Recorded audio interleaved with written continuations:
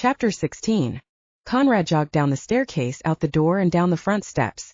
Even though it was a cool day, he wore only his black t-shirt and jeans. He stopped at a table set up on the busy street corner. Morgane, what's all this?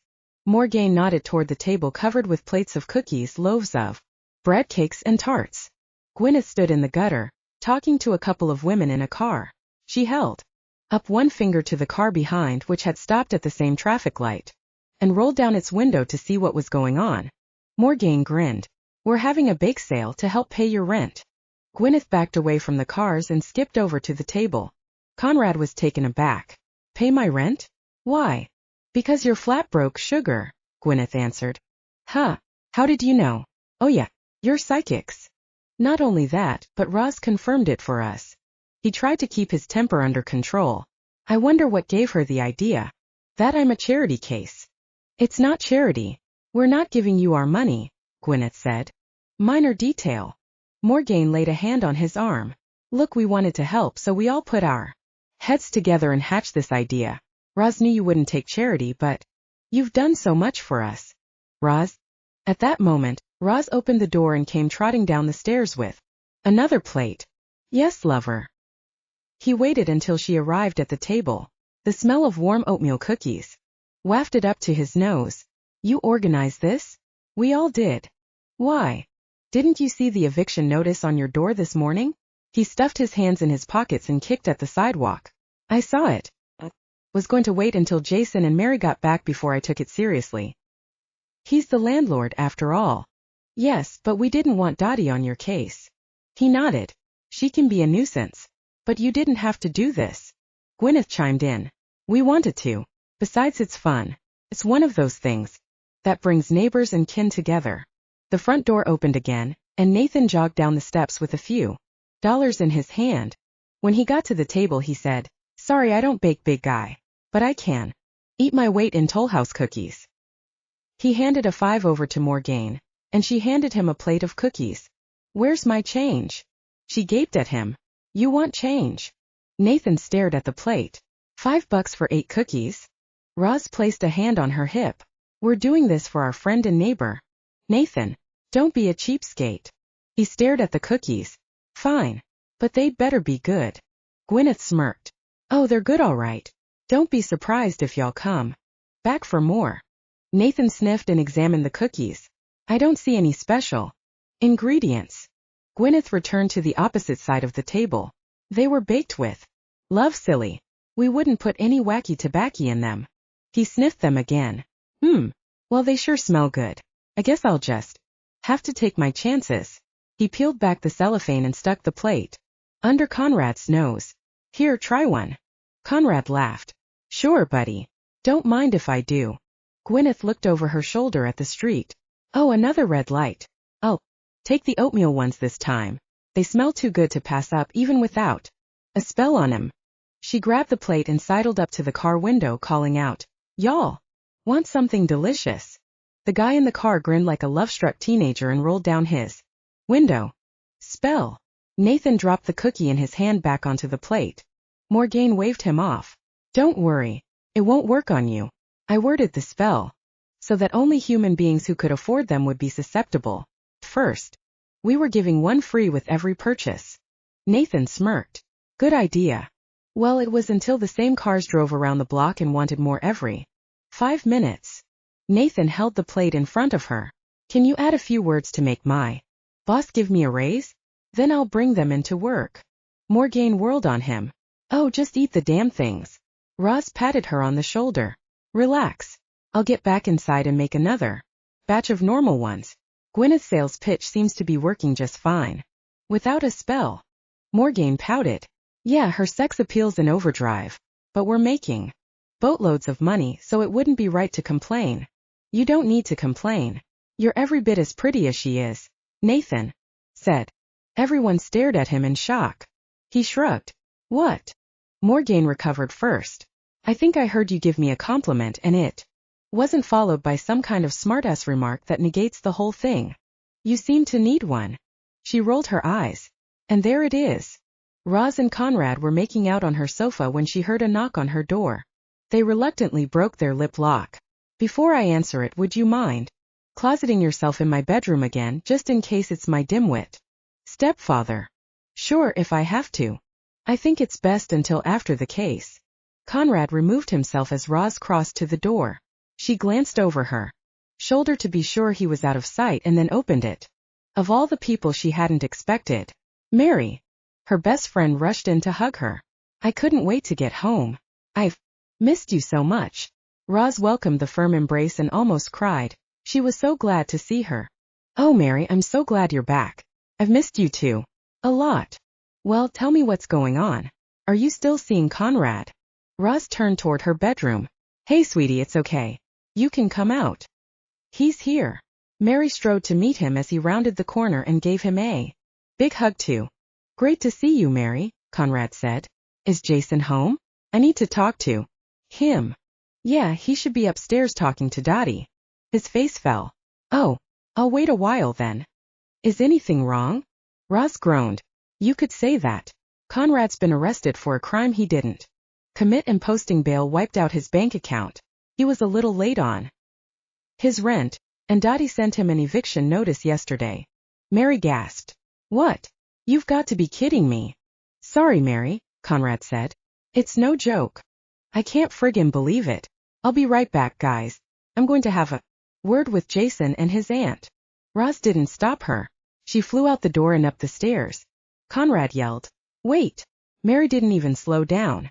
Konrad charged up the stairs and heard Mary demand, What the hell do you think you're doing, Dottie? Evicting Konrad for one late payment is ridiculous. Jason set her straight. Konrad appeared at the door she had left wide open. Dottie reared back and stared at Mary wide-eyed. Excuse me. Honey, that's not necessary. Jason put an arm around his furious wife. I'm taking care of it. Konrad quickly interjected. Mary, Roz didn't get a chance to tell you. I'm getting the money. Dottie crossed her arms. Oh, and when are we getting it? Just as Mary opened her mouth, Jason held up his hand. We'll get it when he has it, Aunt Dottie. There's no need to rush him. Phew. I knew I could count on Jason to be reasonable. But his aunt better stay out of choking reach, he heard Roz think from downstairs. Apparently their telepathy was growing stronger, traveling over greater distances. Dottie's jaw dropped. I thought I was the manager. Jason rested his hands on his hips. And I thought I was the landlord. Her lips thinned into a tight line. Mary took a deep breath. Dottie, if it weren't for Konrad, I might not be alive. He saved me from a would-be rapist with a knife to my throat. Don't you remember that night? Konrad stared at Dottie and waited to see what she'd say to that. She relaxed a bit, but her arms remained folded in front of her. I remember. But does that mean he gets a free ride? How are the other tenants who pay their rent regularly going to feel? Mary folded her arms too. They don't have to know. Konrad coughed. Mary, they already know. They held a bake sale to help me out. Dottie had a smug look of satisfaction on her face. You see? They all know. Watch the whole thing from that window. She pointed to the bay window, facing Beacon Street. Roz and Morgane set up a folding table on the corner, and Gwyneth risked her neck walking into oncoming traffic to sell the goodies. Nathan bought some, so he knew about it. In fact, the only one I didn't see was Joe. And he already gets a break on his rent, Mary added. Konrad's eyebrows shot up. He does? Why? Because his roommate is an officious ghost, Dottie said. And for some reason he won't let anyone stay there except Joe, so it's half the rent or none at all. Konrad scratched his head. I heard Joe is moving out. I can give you half the rent right now. Dottie gasped. Joe's moving out? Oh no, we'll never get that place rented again. Konrad stuck his hands in his pockets. I don't know. He seems to like me. Maybe he'll let me move in. You're kidding. Now I know he hates me, Dottie wailed. What makes you say that? Apparently I'm the only one he plays tricks on. Tricks? Yes. Last fall, before we held the seance and he was still trying to frighten potential renters away from what he considers his apartment, I was showing it to someone and he moved boxes from the closet right into my path, causing me to trip. I could have broken my neck. Are you sure that was his doing? Don't you start questioning my sanity too. I get enough of that from my husband and nephew. Sorry. Dottie jammed her hands on her hips. But why would he like you? It's not like you can protect him from anything. He's already dead. You can't talk to him like Morgane and Gwyneth can. You can't even see him to know he wants you to. Turn on the TV like Nathan does. Dottie threw her hands in the air. I give up. Jason patted her shoulder. I'm sure he doesn't hate you. He probably just knows he can get a reaction from you. If you ignore him, he'll probably leave you alone. Oh no. I tried that. She shook her head vehemently. If I ignore him, he keeps upping the ante until I lose my temper and scream at him.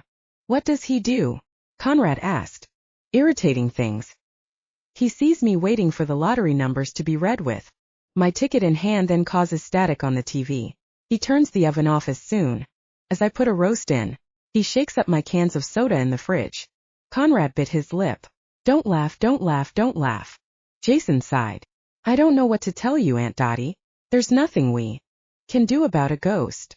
Ralph walked in from the hallway. What's going on? Did I hear Dottie telling you some stupid ghost stories again? By the way, welcome home, Jason. Dottie put her hands over her face, but Konrad saw the skin around them turning red.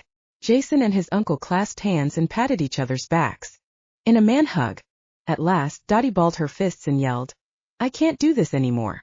Jason raised his eyebrows. Can't do what, Aunt Dottie? This. All of this. Managing an apartment building full of miscreants trying to rent unrentable units, using what little authority I have to collect the rent, and being undermined at every turn. I've had it. She stormed off toward her bedroom. Ralph shook his head. She's been like this ever since she published that travel article.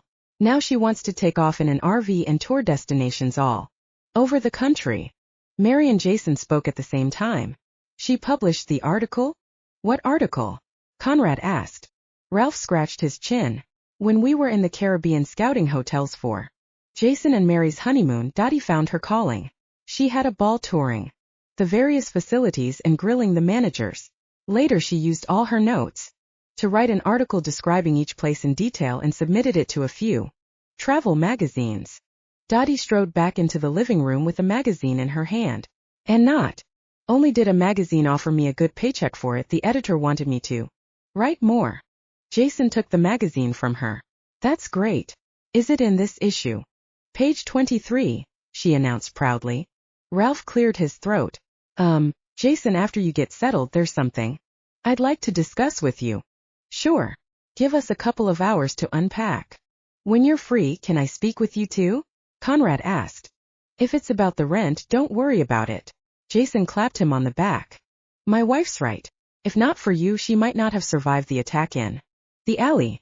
Take that eviction notice and tear it up. Phew. Dodged one bullet. Now all I have to worry about is a grand jury. While Roz was at the courthouse, trying to change the date of the big trial to a waxing or waning moon, Konrad decided he should bone up on the law. Unfortunately, he didn't have any law books, so he pulled out his copy of John Grisham's The Jury. He remembered enjoying the story the first time he'd read it, but now he was a defendant. I might as well prepare myself for the inevitable. He had barely started reading when he heard a commotion from upstairs. Sounded like women yelling and not in ecstasy, so he put down the book and hoped the witches weren't killing each other again. I should mind my own business, he said out loud. He retrieved the book and tried to read. After he had scanned the same sentence 3 times, he realized it was no use. He had to intervene. Upon opening his door, he was able to identify the voices. Yup, Morgane and Gwyneth were at it again. Suddenly a new voice was added to the cacophony. Joe? Look, it's not her fault. I told her I like to listen, he said. That doesn't mean she should forward all the calls to your apartment. Didn't receive a single phone call for 2 days. I thought all my customers deserted me. Instead I find out my dear cousin is stealing them. It ain't like that, Morgane. Oh yeah? Then what is it like? Like Joe said. He likes to listen to me handle the sex calls. Joe cleared his throat. If you ladies will excuse me. He retreated to his apartment and closed the door. So you just did it because you were being nice to him and didn't think about how that would affect me. Yeah, I'm not mean, just stupid sometimes. Morgane covered her mouth as if trying not to laugh. I see you smirking. Gwyneth advanced on her cousin, but Konrad inserted himself between them. Hold on, you two. Morgaine peered around him and continued to talk to Gwyneth as if there weren't a 6'4" werewolf standing between them.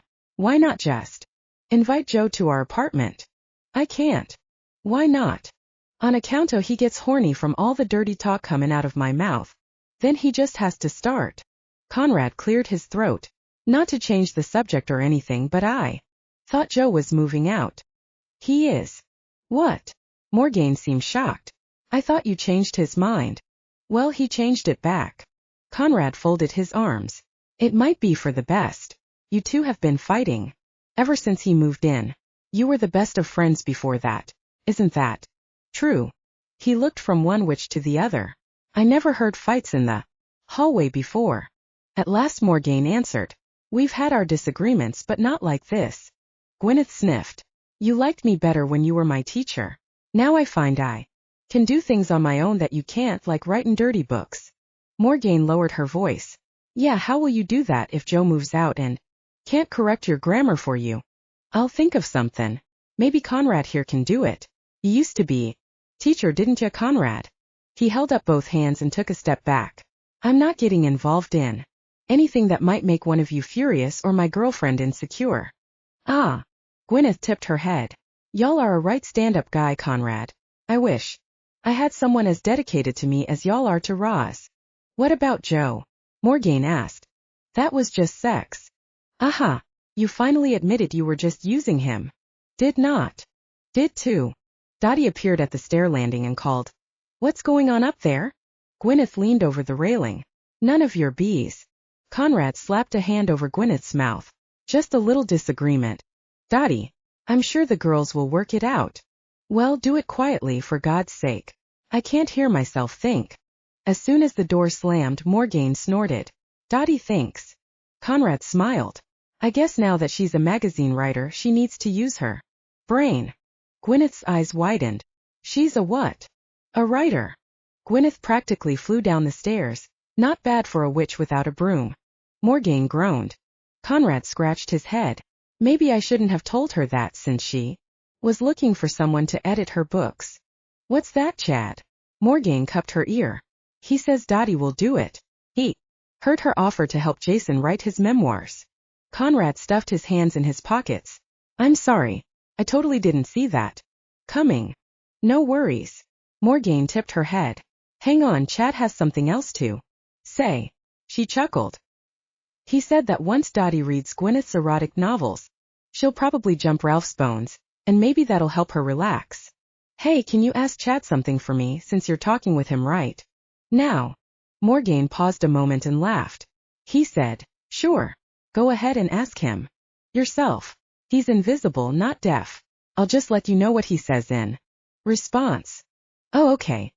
Chad, would you allow another roommate to move in when Joe moves out? If it's someone you know, and like one of us, I mean. She cocked her head and listened. He wants to know why you want to move in with a ghost. Dottie said half the rent is better than none, and since I only have half the rent and will be spending a lot of time at my girlfriend's place anyway. Morgaine nodded. Makes sense, but maybe Gwyneth could move over there for a while, if not permanently. Since we're not getting along all that well, maybe putting a little distance between us would help. What do you think, Chad? Would you be willing to have Konrad or Gwyneth as a roommate? She paused and then said, he's thinking it over. She tipped her head back and forth as if ticking off the seconds it took to answer a question on Jeopardy. At last she had an answer. He says he's still not sure, but if he did allow it, he's partial to Gwyneth. Why? She listened another minute, crossed her arms and sighed. He said not only can she talk to him, she's wicked pretty and walks around in the buff. Konrad sighed. Oh well, it was worth a shot. Morgaine straightened and her eyes lit up. I don't think you need to worry. You might be moving in with your girlfriend soon anyway. He balled his fists. I won't sponge off my girlfriend. I'm not saying that. She smiled and there was this knowing look on her face. Do you know something I don't? Did you get one of your psychic flashes? Maybe. He leaned back and studied her for a moment. If anything, I'd rather she move in with me. I can't imagine finding room to house my whole library. Her place is smaller than mine. It sounds like you've thought about it. Konrad chuckled. Maybe. Roz took her fighting stance. Hands on hips. Eyebrows knit. Torso leaning forward. She wasn't going to let some client tell her how to do her job, even if he was her 230-pound werewolf boyfriend. Don't give me that look, Konrad said. What look? The one that says you'd like to wipe the floor with me. Sometimes I wish I could. This is one of those times. He threw his hands in the air and paced across his living room. There's got to be another way. I don't want you using the pack for my alibi. Besides, it's not as if any of them would remember where I was on any particular evening in the early 1990s. I beg to differ. It sounded as if some of them remembered a meeting that took place that night. His jaw dropped. You spoke to them? Oh, of course I spoke to them. How would I know if you had an alibi or not? How? I did my research and found the only private school once run by a certain Konrad Wolfensen, and then I went to Newton and asked to meet with the faculty. What did you tell them? Well, at first I just said that I was your lawyer and that you were being accused of a crime I believed you were innocent of committing, and that we needed an alibi if they could provide one. Roz, these are the same people who ran me out of town and threw me out of the pack. Well, they wanted to help. It seems like the guy who replaced you as the dean is a real asshat. His secretary's words, not mine. He laughed. Good. What else did you talk about? Well, they wanted to know how you were, and how much I knew about you. He looked at her askance. What do you mean? They seemed really concerned for you. Not that. The other thing. What did you tell them you knew? That you were a werewolf. Konrad gasped. Why the hell? Do you know how much danger you were in? Roz shook her head. No, they seemed really nice. I sounded really lame saying that just now. Konrad dropped onto his sofa and covered his face with his hands. That was insane. I thought I told you that the #1 responsibility of werewolves was to keep humans from finding out we exist. I don't know why they didn't kill you. Well, they were getting their hackles up until I told them I was your mate. He looked up at her in wonder. You said that? Yes. How did they take it? They wanted me to prove it, and when I told them we had telepathic communication, it seemed to change everything. He patted the seat next to him. Does that mean you don't think I'm insane anymore? Roz said. Oh, I'm still sure you're certifiable. I just want to make sure I heard you. Right. She sat next to him. Heard what right? It sounded like you finally accepted me as your mate. Roz folded her hands in her lap and stared at them. You may have showed your hand a little too soon, Roz. Now what? Now we celebrate, my love, in the bedroom. Roz chuckled. I should have known you'd hear that and react that way too. He scooped her up in his arms, carried her to his bed, and said, You and I are two of the luckiest creatures on earth. So many people never find their soulmate. He gently placed her in the middle and crawled in beside her. I love you, Roz. He wasted no time pulling her into his tight embrace and kissed her senseless. Roz found nerve endings she never knew existed tingling to life. His shadowy stubble subtly scraped her face. He pulled back a moment. Do you know how rare this is? You mean making love with your soulmate? She noticed the tiny lines crinkling outward from the outer corners of his eyes as he smiled at her. Yeah, making love, not just having sex. Rare and beautiful. He delivered another intoxicating kiss and stroked her back all the way to her buttocks, which he cupped tenderly. She inhaled deeply, loving his scent, loving him so much it almost moved her. Chapter 19. Sly, you were happily married, right? Konrad sat on the basement steps as he discussed the latest Roz quandary with his good friend. He'd always felt sorry for the way Sly lost his wife and child, then became a vampire all in one horrible moment. We were extremely happy. Sly gazed at the floor, and his expression grew nostalgic and sad. I'm sorry. I wouldn't bring up painful memories, but I need your help. No, it's fine. I like remembering those days. They were the happiest of my life. He leaned against a support column, and will probably continue as such during the rest of my long-inning life. Konrad gave his friend a sad smile. I hope you won't have to go through the next 100 years or so without a loving partner. That's just cruel. Sly sighed. Tell me about it. But it would be unfair to expect any woman to live up to the memory of my wife. Anyway, you had a problem. Yeah, a big one. He raked his fingers over his scalp, pushing the hair out of his eyes. I asked Roz to marry me. Sly's expression brightened, then turned to one of concern. I'd offer. Congratulations, but maybe I should wait until you tell me what the problem is. I don't know what I did wrong. Well, I sort of do, but I thought she'd be happy. Instead, she kicked me in the nuts. Sly laughed.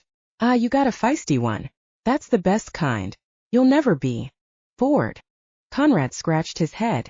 I suppose so, but I wish I could figure her out a little better. She's a woman. There are some things you'll never figure out, but tell me what happened, and maybe I'll see something you missed. Konrad took a deep breath. Okay, we were basking in the afterglow of some of the best sex we've ever had in our lives. Sounds like a promising start. Yeah, I thought so. Hey, I mentioned the thing about how we have telepathy with each other, right? Wrong. You two are telepathic. Only with each other. I've heard of that happening with vampires, but I didn't know if it was true. Really? Vampires experience that too. Only with one person. They're beloved. It's like a soulmate, and supposedly there's one for each of us. I guess it's the same for werewolves. When I discovered Roz was my mate, I naturally assumed she'd be my wife someday. Oh. What? You figured out the problem already? Maybe. If the words I just assumed translate into taking it for granted. Yeah, that could lead to a kick in the nuts. Konrad hung his head. Fuck. Sly smirked. Nailed it, didn't I? I'm afraid so. She said something about dreaming of a proposal since she was a little girl, that she didn't need a ring or candlelight. I tried to do the right thing. I got down on one knee and everything. But it was too late. The damage was done. You think so? Is it hopeless? I can't lose her. You won't, but you'll have to do some world-class groveling. Konrad groaned. Shit. I've never groveled in my life.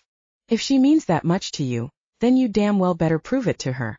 In the 5 years I was married, I discovered one secret to keeping a woman happy. I hope you're not going to say a grovel a day keeps the lawyer away, or anything like that. Sly chuckled. Hell no, nothing like that. The only thing you have to do is make her feel desired. Make her know you want her. But she already knows that. Sly shook his head. That's not enough. You can't expect her to retain that feeling constantly. Women are plagued with self-doubt. I don't know why, they just are. You have to show her or tell her, or better yet, both, and reinforce it every damn day. What if I forget? It's not something you schedule, dumbass. Good God, you really have no idea. Do you? Konrad blew out a deep breath.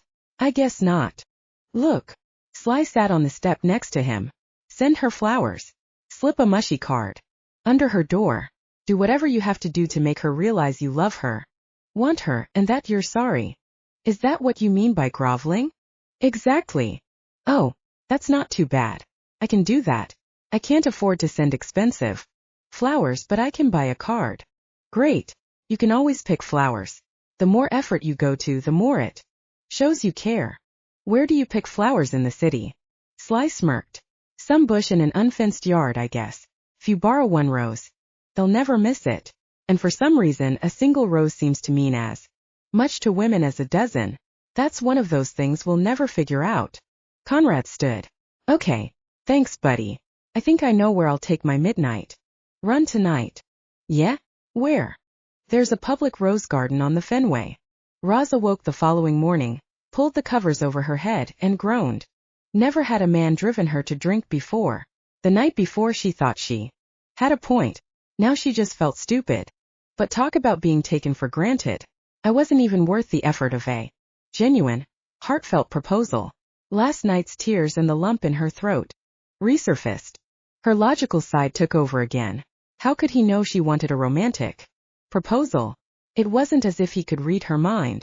Well, okay, he could, but only if she was thinking loud and clear. As soon as he said the word marriage, her mind jumbled.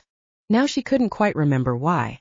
Had it really been only because he'd taken her answer for granted and forgot to ask the question? She wasn't usually that petty. The men she'd known before were unromantic and even prone to insensitivity. They made Konrad look like a poet. She removed the covers from her pounding head and inhaled a deep breath. Time to face the music, dingbat. Roz sat on the edge of her bed, straightened her nightshirt, and waited for her head to stop spinning. Finally she braved the 10-foot walk to the bathroom medicine cabinet. Oh gross. Why had she looked in the mirror before grabbing the aspirin? Her cute new bob was plastered to her head. She looked toward the shower and figured the warm steam might make her feel better. Okay, shower first, then coffee. She turned on the water, and while she waited for it to get nice and hot, she plodded to the kitchen to get the coffee maker started. While transferring the heaping coffee grounds from the can to the pot, her hand shook. Coffee overflowed the little measuring cup and spilled onto the counter. Oh, for the love of! Roz flopped into the folding chair by her little kitchen table and held her still aching head in her hands. Why did I do this to myself? It wasn't as if Roz didn't want to get married. She'd been hoping to find a lover to settle down with as her best friend had. She could picture Marianne, her man cuddling in front of the fireplace in their penthouse. She knew her friend had found a once-in-a-lifetime love, and now it seemed as if it was her turn. Okay, so it's not marriage itself. What is it? Konrad. Whenever she thought of him, a smile stole across her face. She didn't even notice she was smiling. First, as soon as she recognized the fact, a warm, squishy feeling invaded her stomach, and it wasn't from drinking too much wine. The man wasn't the problem. The beast was. Roz returned to the bathroom and removed her nightshirt. Before she stepped into the shower, she examined the bruise on her shoulder. She was marked, all right. Dark imprints in the shape of a jaw full of teeth showed on both her front and back, with some just above her collarbone and others on her upper back near her neck. She sighed. She loved Konrad, loved him with all her heart, loved him enough to let him claim her. But he scared her too. What if they had a serious argument sometime? Would she still be perfectly safe with him? Yes, you would, his voice answered in her head. Oh crap. He must be right outside her door. She jumped into the shower and stuck her head under the spray. Sorry, I'm in the shower. Can we talk later? I think we should. Meanwhile, I have something for you. I'll leave it outside your door. Come upstairs when you're ready. She sighed.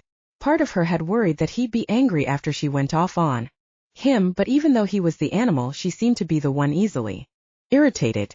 What was that about? Maybe that's why the werewolves in the Newton pack seemed less than fond of humans. Maybe she was the unpredictable and dangerous one.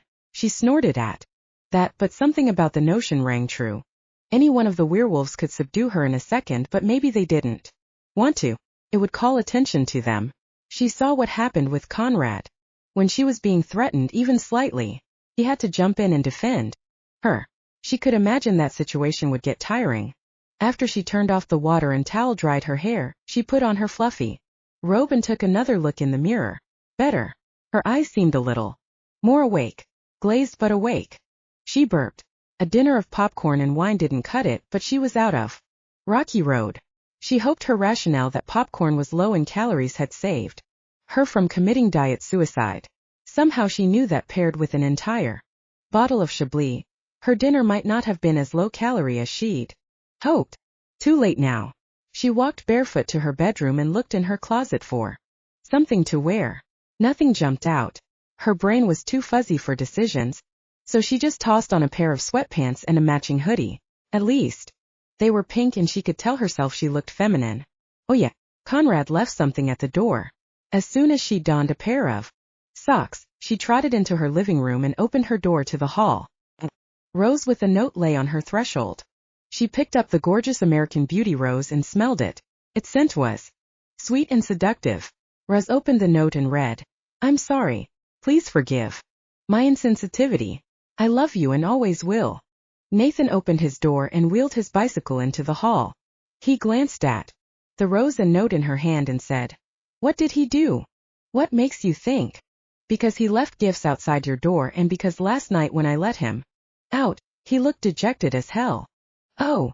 Nathan scrutinized her from head to toe. Another truck run you over? With one hand on her hip she said, Yeah, I just washed off the blood so the paramedics wouldn't have to. He laughed and started to open the front door. Oh, let me get that for you. Roz strode to the heavy front door and held it open. Thanks, he said as he wheeled his bike down the steps. She let go of the door and muttered, Don't let it hit you in the ass. He turned and laughed as if he'd hurt her. Maybe he had.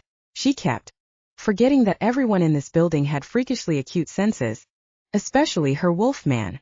A knock sounded on Konrad's door. When he opened it, Roz stood there with her hands behind her back looking contrite. Thank you for the rose. It's beautiful.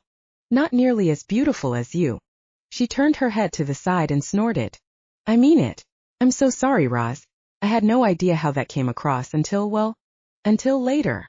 She still stood on his threshold, making no move to come in. Look, I get it. I'm the one who constantly tells you that you deserve to be loved. And you are. I adore you, Roz. She looked up into his eyes expectantly. I know I can't always rely on our mind connection. I need to learn to understand my mate. But please understand there's a learning curve here and I'm trying. She nodded and stepped forward into his waiting arms. He held her reverently. I'm sorry I kicked you. Apology accepted. Now let's get out of the hallway. He stepped back. She strolled to his couch and made herself comfortable. Konrad sat next to her and put an arm around her. The trial's only a few days away. Is there anything I should be doing? She looked up at him with questioning eyes. What? Is that a dumb question? No. I just thought we'd talk about what happened yesterday first. Oh, right now. Crap. I'm barely out of the doghouse. I didn't think she'd want me to propose so soon. She tipped her head. Why not now? I want to do this right, and I still haven't had the chance to. She put her finger to his lips and said, Forget that. I told you I don't need a candlelit dinner or fancy engagement ring. None of that is necessary. But I want to do something special because you're special. She leaned back and smiled. Her whole face softened and her eyes danced.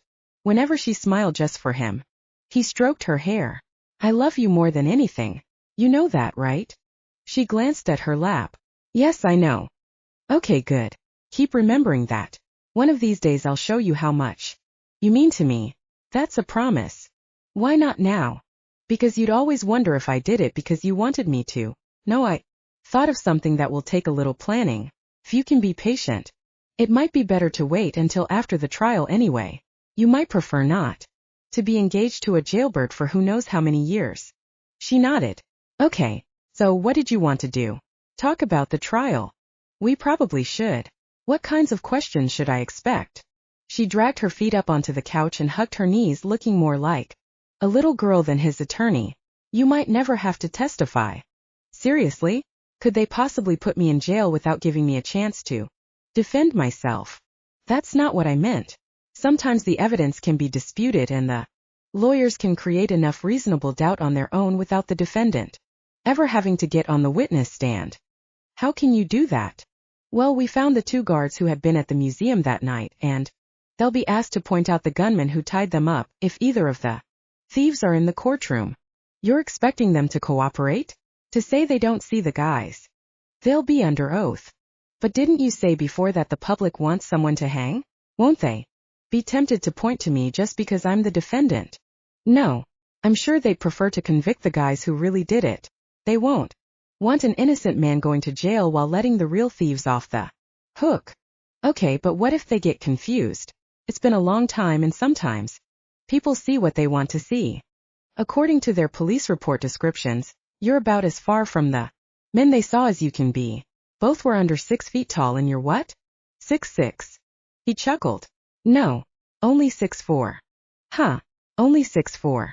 Okay, well, I doubt anyone would see you as 6 feet or less. Probably not. So you think that's all you have to do to create reasonable doubt? Isn't that putting a lot of power into the hands of 2 human beings? He didn't want to have to point out how fallible humans were. Most werewolves thought themselves superior, but Konrad didn't think he was one of them. Maybe, deep down he was. She fluffed her drying hair. No, I hope to disprove their DNA evidence too. How can you do that? I don't want to say just now. It's better if you don't know every detail. Are you sure? Maybe I could help come up with other angles. No, I've got this. To be honest, I'm feeling pretty confident. I don't want to get cocky, so the team of lawyers will be there if I need them. His mood lifted considerably. That sounds great. I'm relieved I won't be going to jail, and all this will be behind us soon. I never said that. If the prosecution can make a good case, it may drag on and on. There are no guarantees. Shit. I had hoped, well, never mind. She straightened and put her feet back on the floor. What? Oh, nothing. It's just the timing. I had hoped we'd have a nice easy summer. She squinted as if she didn't quite believe him, but she let it go, thank God. He'd had a sailboat reserved, but he could cancel it and reschedule after everything was over. Seemed like a romantic idea, and even if it went the way of all of their dates, wolves were great swimmers. The jury filed in and took seats along one side of the courtroom. Konrad looked them over. A jury of his peers? Wouldn't that have to be 12 werewolves? The only other werewolf in the courtroom that he knew of was his brother Nick. Be that as it may, a dozen human beings of mixed ages and races sat there, staring back. His hands began to sweat. All rise, said the bailiff. A rumble signified about 50 people getting to their feet. This court is in session, the Honorable Judge Vader presiding. A balding man wearing a long black robe breezed into the courtroom and up a few steps to his seat on high. As soon as the judge sat comfortably in his leather chair behind his massive desk, he said, "Be seated." While everyone was getting resettled, the judge scanned some papers in front of him. Konrad was beginning to think the good judge had fallen asleep, when the man finally looked up and addressed the jury. Members of the jury, what you have before you is a great responsibility to the court, to the Commonwealth, and to yourselves. Our judicial system asks you to listen to all the facts presented during this trial, then take everything into consideration and make a decision regarding the guilt or innocence of the defendant. You are not to take this matter lightly. The outcome will affect more than this one man. You are to deliberate until you are absolutely sure of your decision, no matter how long it takes. As he droned on, Konrad stared at his lap and obsessed about the jury taking forever to deliberate. He wondered what it took to declare a hung jury. Roz must have heard him. Relax, lover. He has to say those things to every jury. It's not unique to this one. Konrad tried to slow his breathing. Correct me if I'm wrong, but isn't a fast decision a good sign? Not necessarily. A long deliberation may just mean they're taking a second or third look at the evidence and trying to get it right. Don't worry. Konrad noticed his jaw ached from clenching his teeth. Easy for you to say. No, it's really not. This is the most difficult case I've ever had. And lift up your head. You look guilty as sin. Thanks for waiting until now to tell me. Konrad snapped his head up, his eyes level. In the case of the Commonwealth of Massachusetts versus Konrad Wolfensen, the charges are burglary of the Isabella Stewart Gardner Museum, grand larceny, fraud. Konrad shut down his mind to calm himself. As soon as he stopped shaking, he tried to listen again. Just in time, too. The judge had asked him a question. What was it? Oh yeah. Yes, I understand the nature of the charges, Your Honor. May I speak? I'm quite intelligent. I was a dean. Did I ask you about your intelligence or profession? No, Your Honor. Fine. Perhaps you should let your lawyer speak for you from now on. Roz leaned toward him and whispered. Don't say another word. We're supposed to do the talking for you. How the hell would I know that? I've never been on trial before. The attorney next to Roz leaned toward her and whispered angrily. I thought you spent hours with this guy. What the hell were you doing? She sat silent and stoic, eyes forward, as if the man hadn't spoken at all. I'm sorry. I should have prepared you better. The judge nodded to the prosecution and said, proceed with your opening argument. The other long table seated almost as many lawyers as his did. One of them stood, buttoned his jacket, and walked around the table toward the jury. Men and women of the jury, this unsolved case has gone on long enough. Intend to prove that Konrad Wolfensen was one of the thieves who broke into the Isabella Stewart Gardner Museum on March 18, 1990, to steal 12 pieces of art valued at $300 million. A murmur from behind him let Konrad know the spectators were blown away by the value of the loot the thieves had taken, whoever they were, and probably many of the jurors were struggling to pay their bills and suspected he was living high off the hog. Who the hell does this guy think he is? He's the district attorney. Don't let him get to you. He's just doing his job, but I'll be doing mine too. His hands began to shake and sweat again. Now what do we know? The prosecutor continued. We know that on that cold spring night between the hours of 1:24 a.m. to 2:45 a.m., thieves who had disguised themselves as Boston police officers gained entry to the museum. They did this by advising one of the guards on duty that they were there to Investigator reported disturbance. And we know that the defendant has a brother of the same height, weight, and build who happens to be a Boston police officer. What difference does that make? I suppose they're going to claim you had access to a uniform and could have easily been one of the robbers. But the eyewitnesses' descriptions. Don't worry. We'll cross-examine them. The prosecuting attorney continued. Upon entering the facility they overpowered both guards, handcuffed them, and took them to separate isolated parts of the basement. There they were duct taped to separate structures to immobilize them. They never had the chance to push the panic button hidden behind the guard's desk, so no actual police were notified during the robbery. No video surveillance film is available because they stole that too. The murmurs behind him sounded like a mixture of amusement and anger, probably, depending on how each person valued priceless art. Konrad's mind drifted to the day he heard the news. He was watching one of the local TV stations, and a special report broke the news. His emotions ran the gamut of disbelief, heartbreak, and outrage. He'd only known who did it. He'd have gone after them and practiced a little vigilante werewolf justice on their asses. Anyone who appreciated the creative arts in this courtroom would probably want him hanged on Boston Common. He shuddered, dragging himself back to reality. He noticed the lawyer seemed pleased with how he'd horrified the listeners. Over the years, all logical leads were followed up with no positive investigative results. Numerous interviews were conducted. Many were even accompanied by polygraph examinations. And all forensic evidence recovered at that time was sent to the FBI for analysis and eventually storage. However, new evidence recently surfaced. Are they calling Reginald's cockamamie story evidence? And if it's something else, how do they explain learning about it? An anonymous tip? If so, I'll have to prod the appropriate witnesses until someone gives up the ghost, so to speak. Not more gain, I hope. I doubt the jury will be impressed by a psychic. I think the museum curator is our best bet. Konrad almost chuckled but settled for a quick smile. The attorney finally seemed satisfied that he'd done sufficient damage to the credibility of the defense, and he sat down. Roz stood and approached the jury. She took a few moments to gather her thoughts but began with her own compelling argument. The judge reminded you of the seriousness of your job as jurors, and I'm certain you'll do your duty to the very best of your ability.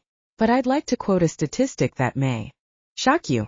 More than 230 wrongfully convicted and imprisoned men and women have been exonerated and released from U.S. prisons after conclusively proving their innocence.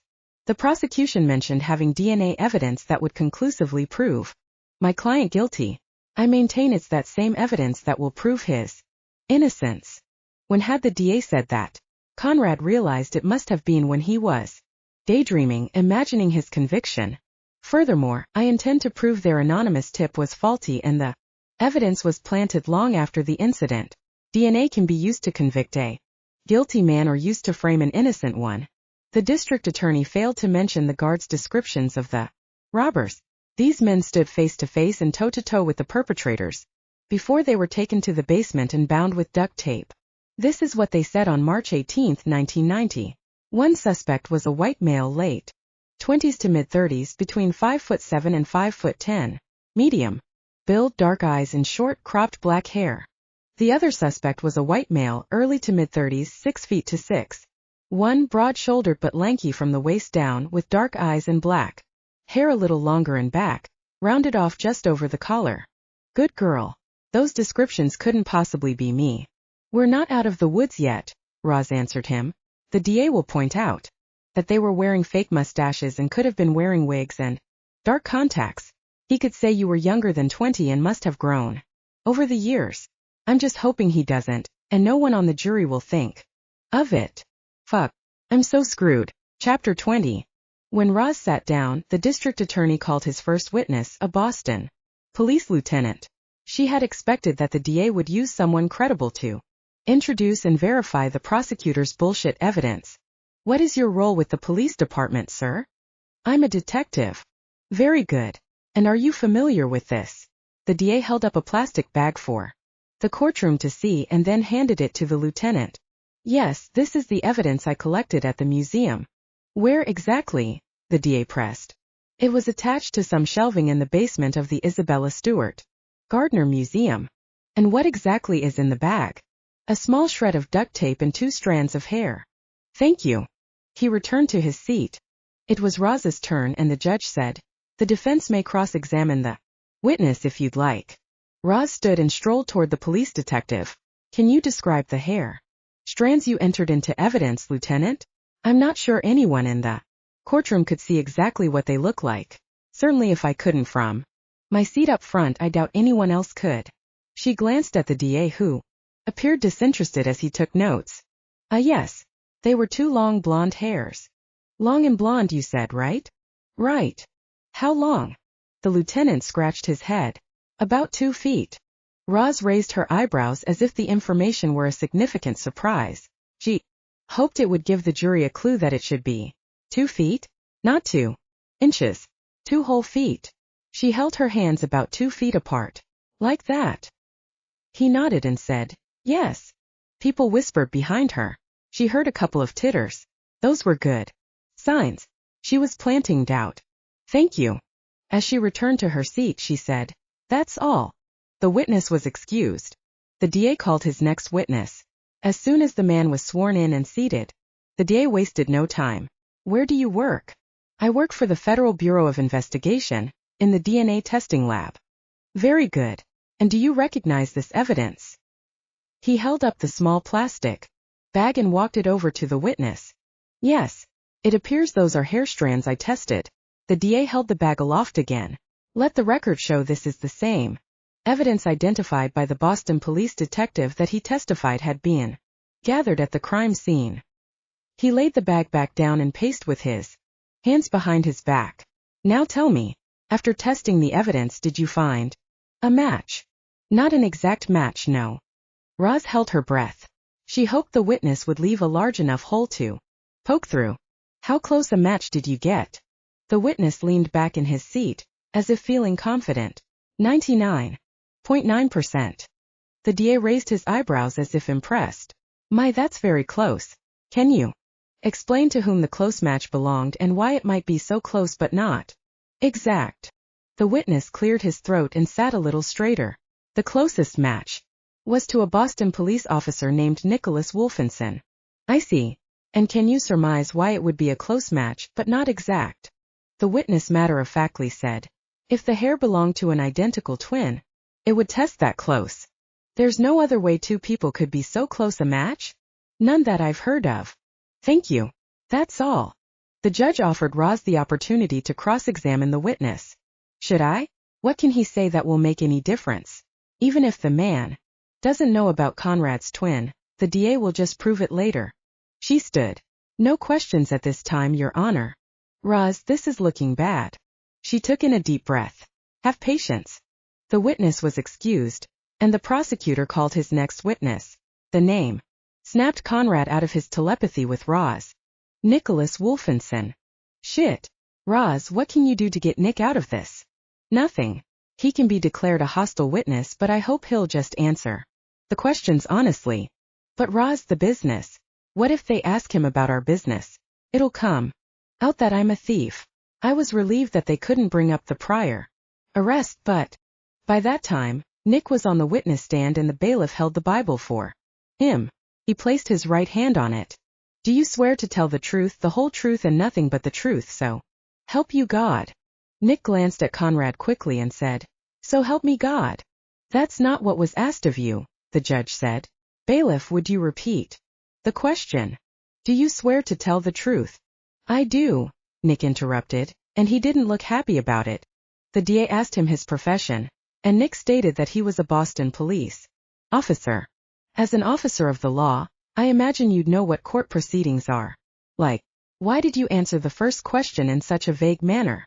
Nick shrugged. I just got nervous and forgot. The DA approached Nick and stared at him for a long moment. Finally he smiled. At the jury. Your face is very familiar. Do you happen to have a twin? Nicholas mumbled. Yes.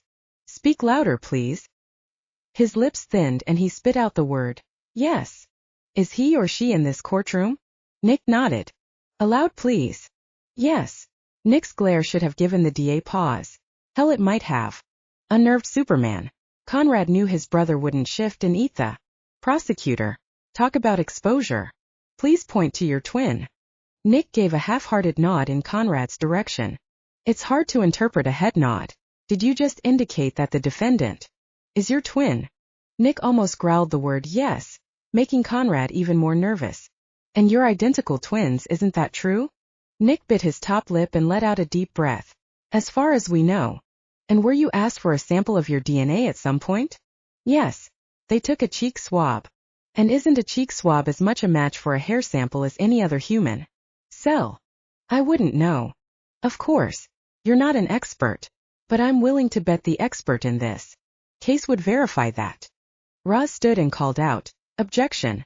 Speculation. The DA almost bowed to her and said, quite right, but I'm willing to put the FBI's expert on the stand again if need be. He stared at the jury as he said, however, since Konrad Wolfensen and Nicholas Wolfensen are identical twins, and Nicholas's cheek swab was a 99.9% DNA match to the hair found at the crime scene, it's fair to assume. Roz was on her feet and objecting before the DA finished his sentence. He withdrew the question and smiled at the jury. No more questions, Your Honor. He didn't even look at Roz when he said, your witness, and breezed back to his seat with his nose in the air. Roz had met Nick only briefly. He said he hadn't known of an alibi or anything else to help the defense then, and he probably wouldn't now. Konrad couldn't imagine what she intended to ask Nick as she stood in front of him. At least, she was blocking the view. Nicholas, how long have you been a Boston police officer? 8 years. She tipped her head. Oh, only 8 years. You weren't a Boston cop 20 years ago. He chuckled. I wasn't a cop anywhere then. I came out of the academy in 2002. Why did you want to become a cop? 9/11. I saw heroes running into the World Trade Center and I knew I could do that. I'm very strong and probably could have carried several adults out of the rubble before getting tired. I wanted to help. Wanted to keep our community safe. That's very admirable. Have you had to do anything like that in your 8 years on the force? No. I've been thinking about volunteering for the bomb squad, but I haven't done that yet. Wow, so you're willing to put yourself in harm's way. The DA stood. Objection. This isn't a coffee klatch and I don't see what this little chat has to do with the case. Roz spoke to the judge. Just establishing what kind of witness we have here. It also speaks to the kind of family my client comes from.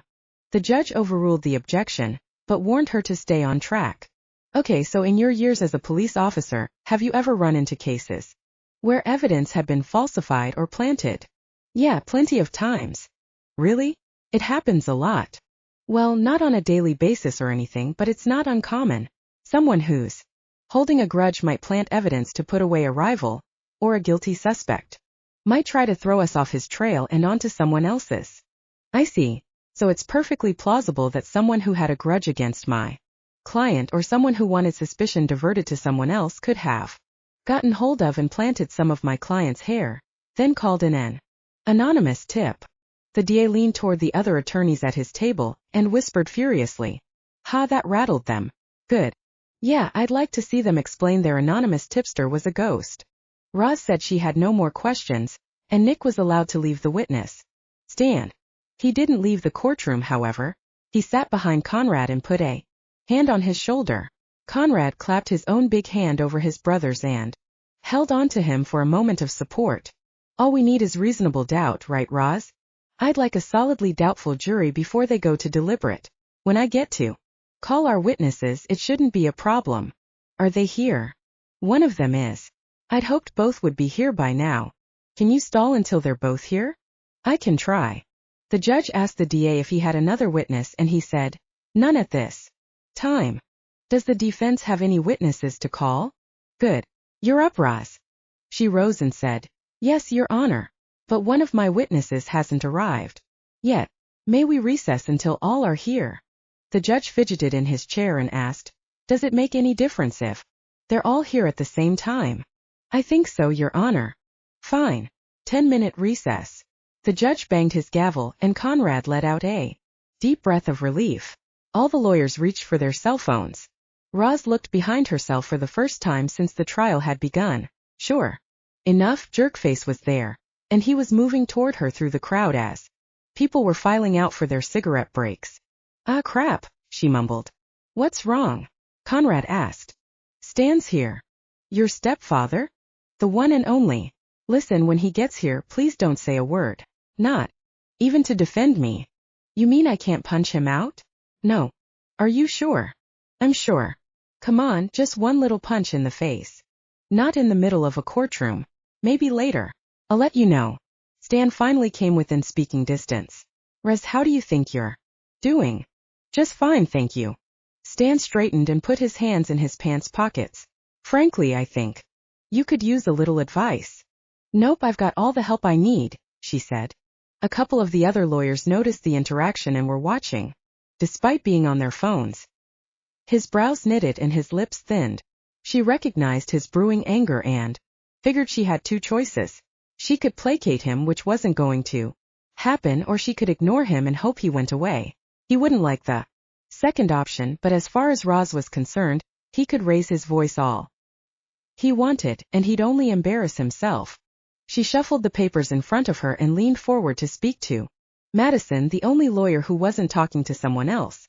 Can you take a quick look around and see if our witness got lost?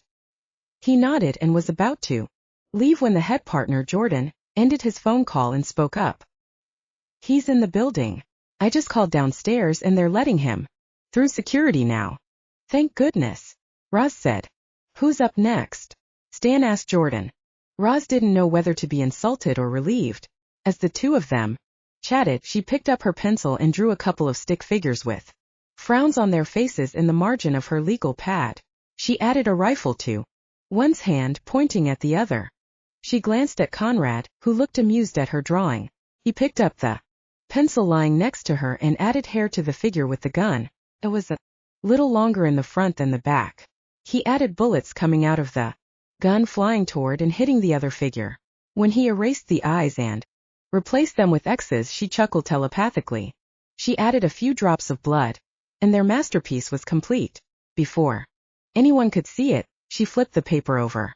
Apparently she hadn't been quick enough, because when she looked up, Stan was glaring at her.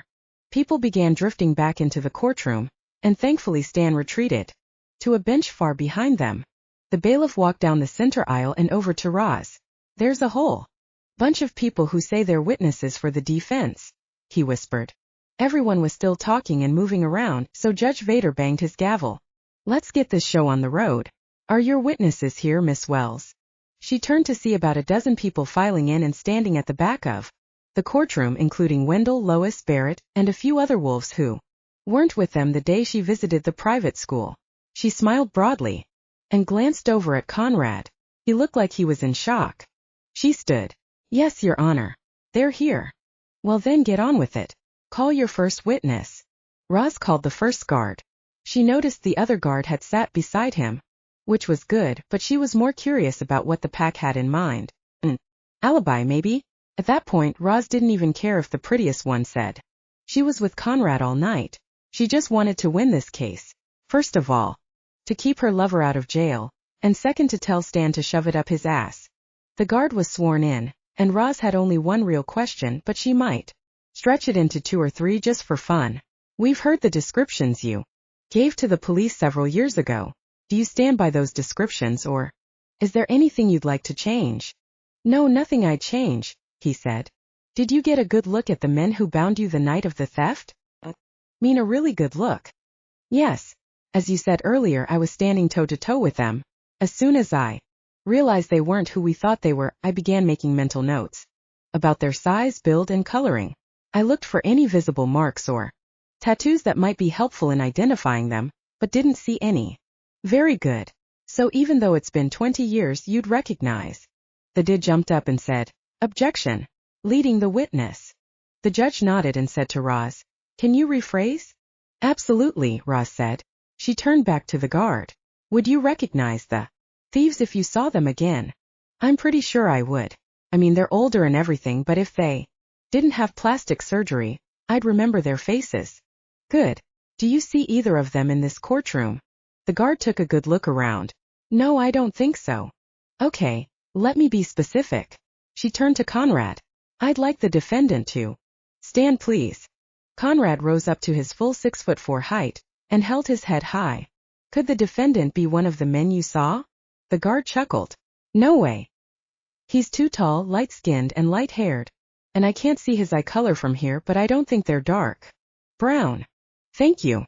Roz looked over at the DA. Your witness. The DA rose, a serious expression on his face. Before he even arrived in front of the witness stand, he began asking questions. Did you happen to see the getaway driver? The guard shook his head. I don't know if they had one, but if they did, then no. Did you have cameras outside the museum? The guard stroked his chin and looked as if he were mentally traveling back in time. He shook his head slowly. No. So this guy could have been outside the museum and you wouldn't have seen him. Isn't that right? The guard nodded.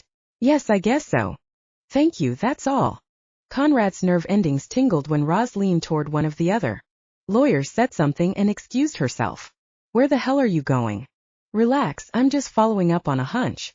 She hurried to the back of the courtroom while the attorney she spoke to rose and called the other guard as the next witness. Konrad craned his neck, trying to see where Roz had gone. He was hoping she had just run to the bathroom, but deep down he knew the answer. She was whispering to the pack. One of pack members opened a book and showed her something. Some of them were nodding, and some were looking over at Konrad with sad expressions. Damn, that could be good or bad. He tried to hear what was going on in two places at once, but even werewolves weren't that gifted. Roz's conversation was short, but she looked pleased when she made her way back to her seat. What's going on? He asked anxiously. Just wait. Wait. I'm dying over here. I think your pack just saved the day. Really? He turned around and took another good look at them. He saw no animosity in any of their faces. A few smiles grew and were aimed in his direction. Well, I'll be damned. No, you won't. Not today. Konrad couldn't wait for the witness to vacate the stand, to find out what the pack was up to. Roz sat contentedly with a satisfied smile on her face. Whatever it was, it must be good. At last the witness was excused and it was Roz's turn again. She approached the bench and whispered to the judge. Because of his superior hearing, Konrad heard everything as if he were standing next to her. Your Honor, I have a couple of last-minute witnesses. The judge waved the DA over and waited for him before speaking to Roz. We have some new witnesses, he said to the DA. He turned to Roz. Why aren't they on the list? I didn't know they were coming, but they have pertinent information the jury needs to hear. The DA looked put out. Is this some kind of trick? Is there some reason you didn't want me to know about them? No, not at all. It's somewhat irregular, but I'll allow it, Judge Vader said. The DA looked disgruntled, but returned to his seat. She called her first pack member witness, Wendell Wolf. Wendell rose and carried a book with him to the stand. Konrad had thought of him as a father figure. Even though he hadn't seen the man in years, he still looked spry, not a day over 200. As soon as he was sworn in and sitting on the witness seat, Roz asked him to state his name and occupation. Wendell Wolf. I teach mathematics at the Newton Preparatory School for boys. And how do you know the defendant? Konrad was our dean at the school. The dean. Roz looked impressed and aimed her expression toward the jury. Well then there must be pictures of him there. Oh yes. I brought an old yearbook. May I have it please? Wendell handed it to her, and she held it up, walking it down the line of jurors. Right on the cover it said, Newton Preparatory School for Boys, 1990. Now let's see that picture, she said. Opening the book, she flipped a few pages. Konrad knew she'd find a nice full-page black and white photograph of him. He didn't look much different, except his hair was very short, not more than an inch long. Ah, here it is. She opened the book wide and walked the picture down the line of jurors again. As you can see, Mr. Wolfensen's hair is quite short in this picture. She turned back to Wendell. And when was this taken? In February of 1990. Here, I have the original with the date stamped on it. He fished a 4x6 photograph out of his inner jacket pocket. Roz walked over to the evidence table and picked up the bag with the two long, blonde hairs in it. Interesting. Here we have evidence of Mr. Wolfensen's DNA, taken from the crime scene, but these hairs are 2 feet long as previously stated by a Boston police detective. If he committed this crime on March 18th, 1990. His hair would have had to grow an astounding 23 inches in 1 month. The courtroom laughed, and murmurs broke out everywhere. I'm sure I know what my opponent will ask, so I'll just ask it now. How do we know this photograph hasn't been altered? Roz asked. We have a number of ways to prove it. There are the negatives still, catalogued by the photographer along with the dates. We also had a portrait, commissioned the year before, with the date plainly written under the artist's signature. I see. You didn't happen to bring that with you, did you? No, but we could go and get it if you like. Or perhaps you could have someone back at the school take a photograph of it and fax it here. Certainly. He looked over at Konrad and smiled. The picture still hangs in its place of honor, reminding us all how much we miss him. Roz smiled at Konrad. Did you hear that? I told you they weren't holding any grudges. I heard. A lump formed in his throat. He didn't realize how much he'd missed them either, until they had all filed into the courtroom ready to help him out like in the old days before Petrosky.